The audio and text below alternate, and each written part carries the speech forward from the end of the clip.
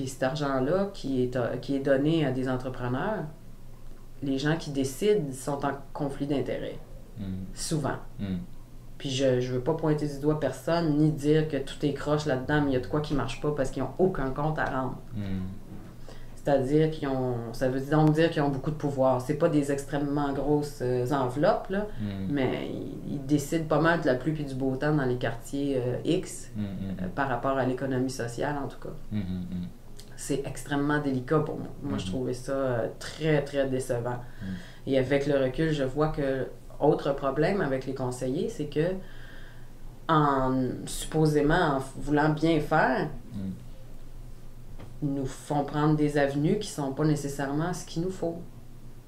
Parce que, contrairement à toi qui n'a jamais fait ça, puis là, j'insiste vraiment pour le dire, les autres, tous, autant au SAGE qu'à la CEDEC, nous font continuellement comme repartir à zéro. Puis je vais essayer d'être claire. Tu sais, quand je viens te voir, toi, puis j'avais un plan d'affaires, puis j'ai un projet, tu m'écoutes, tu essaies de voir qui on est, puis de voir... puis ça devrait être comme ça, là. De voir comment on peut aller plus loin dans notre direction. Mais eux essayent de nous faire rentrer dans des critères. Et ça, c'était déplorable, parce que les critères...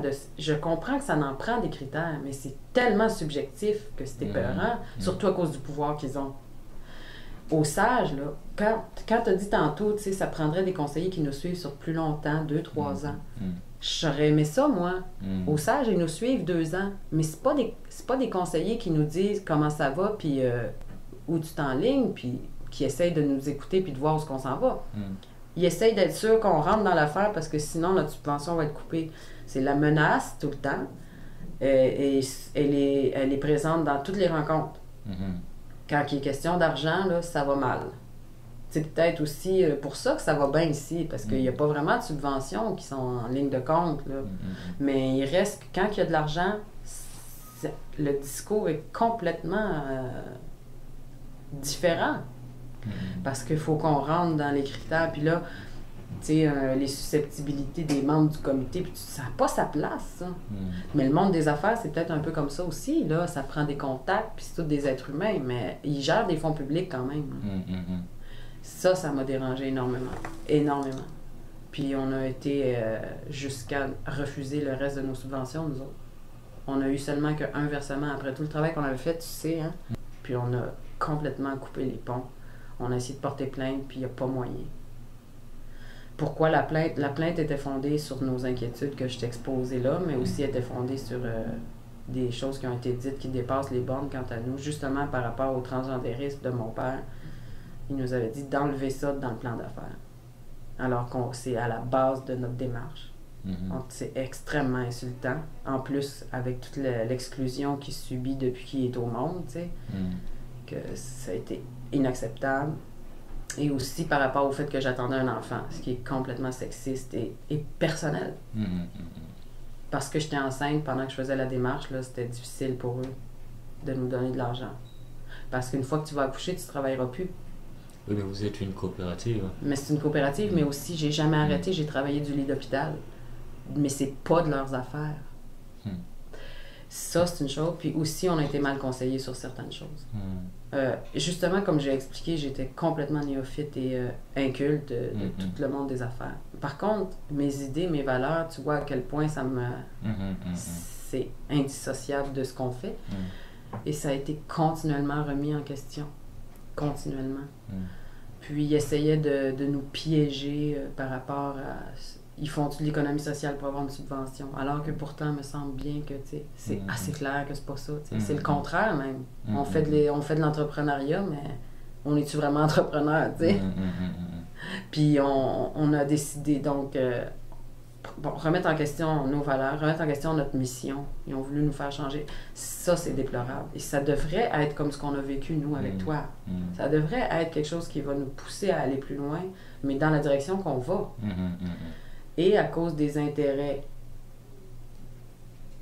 qui sont en divergence ou qui rentrent en conflit avec juste le petit power trip, peu importe ce que c'est. Ça nous a fait beaucoup perdre de temps. Tout le temps qu'on a perdu pour chercher des subventions. Rentrer dans des critères. Les critères sont pas... ils ne nous correspondaient pas du tout, dans le fond. Puis aujourd'hui, on a été obligés d'abandonner parce que ça nous empêchait d'évoluer. Ça nous faisait prendre des mauvaises décisions d'affaires. Ça devrait être tout le contraire. Je sais pas, moi, qui d'autre a vécu ça. On m'a dit entre les branches, mais ça, c'est une autre affaire politique. Tout le monde se protège, personne ne réagit. Puis il y en a un qui m'en parle un petit peu, mais tu sais, sous le couvert de l'anonymat, puis il faut pas que je dise ce qu'il m'a dit, tu sais, c'est ridicule, mais j'ai su, pareil, entre les branches, qu'il y en a d'autres qui vivent ça, mais qui a le loisir, le pouvoir, la chance de pouvoir contester cet argent-là? On en a besoin, là, nous autres, ça nous a mis dans le trouble. Mais moi, je suis habituée au trouble. Puis je suis déchaînée, là, je veux dire, j'ai pas tout bâti ça pour licher les souliers d'une SEDEC au lieu de Québécois, là, tu comprends? Mais par contre, on avait la possibilité là, de se taire puis de se plier aux demandes, mais ça n'a pas marché avec moi. Toi, tu aurais aimé que les exigences soient peut-être sur le point de vue comptable. Ben oui, les exigences sur le point de vue comptable, on n'a absolument aucun problème avec. Il faut qu'on donne des comptes, c'est sûr. Il faut qu'on rentre dans nos chiffres, c'est sûr. Mais malheureusement... Pas changer d'orientation de l'entreprise. Pas changer d'orientation de l'entreprise, ça c'est sûr. Mais aussi, le problème est très profond parce que quand on a fait nos états financiers prévisionnels, moi, ce mot-là, d'abord, état financier prévisionnel, ça me disait que dalle, OK? Mais quand j'ai arrivé le conseiller, au lieu de nous expliquer ce que c'est, puis de nous aider à les calculer, il me disait, ouais, mais il faudrait que ce soit dans tel... tu sais, il fallait que j'arrive autour de tel chiffre pour pouvoir avoir la subvention. Mais c'était pas réaliste. Il n'y avait rien de réaliste là-dedans. Puis ce qu'on fait avec l'aide du conseiller, après qu'on est passé devant le comité, ça devient vos prévisions. Et vos prévisions, vous embarquez pas dedans. Vous les rencontrez pas. Mais c'est pas mes prévisions. Je savais même pas c'était quoi des prévisions avant d'avoir fini le plan d'affaires. Et ça, là, c'est sérieux comme problème aussi. C'est profond. Ils veulent peut-être bien faire. Je suis prête encore à leur donner le bénéfice du doute. Mais c'est vraiment tout croche. Parce que là, on s'est retrouvé avec...